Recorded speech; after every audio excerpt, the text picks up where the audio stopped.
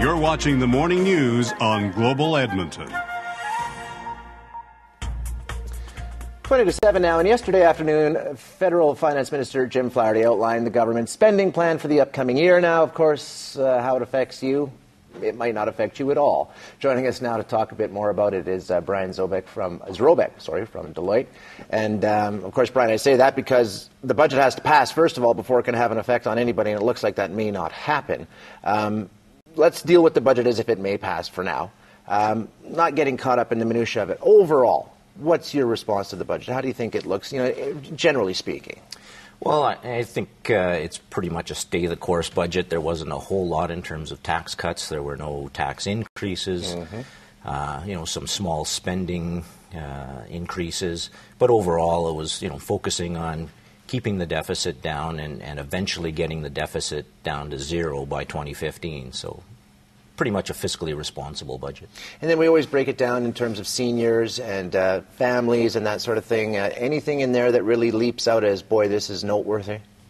Not a whole lot. I guess would have liked to have seen maybe more in terms of initiatives to increase retirement savings. Right. There were no increases in the tax-free savings account limits. There were no increases in the RRSP limits.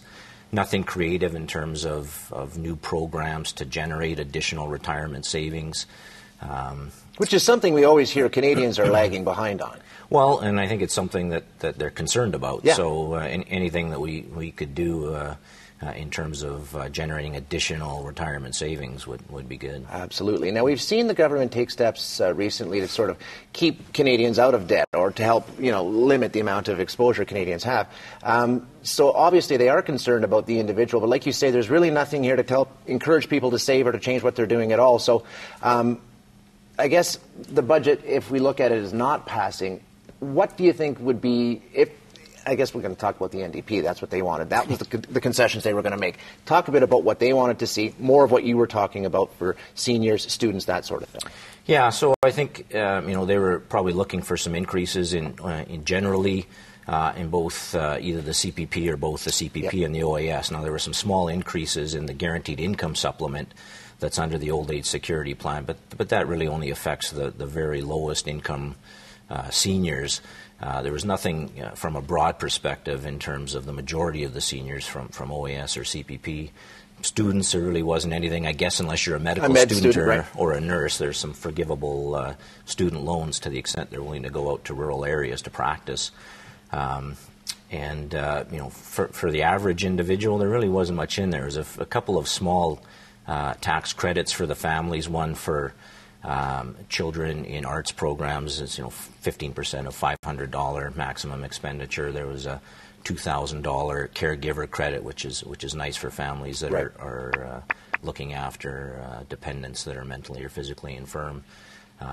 Probably the biggest one for individuals would be the extra $400 million that they've put towards the eco-energy retrofit program, which is the program that allows homeowners to make renovations to their houses and get subsidies to the extent that they've improved the efficiency, energy efficiency of their homes. So it's a green policy, and of course there's businesses that are going to be happy to see that. Yeah, as well. And hopefully again that creates some additional jobs in terms of creating some additional interest and some additional expenditures by some of the households to do some of those projects. Absolutely. Well, I appreciate you coming in.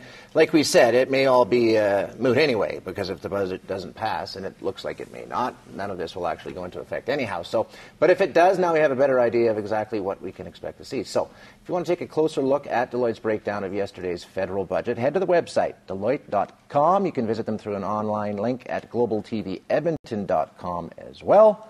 And stay tuned. We'll be back in just a couple minutes with more.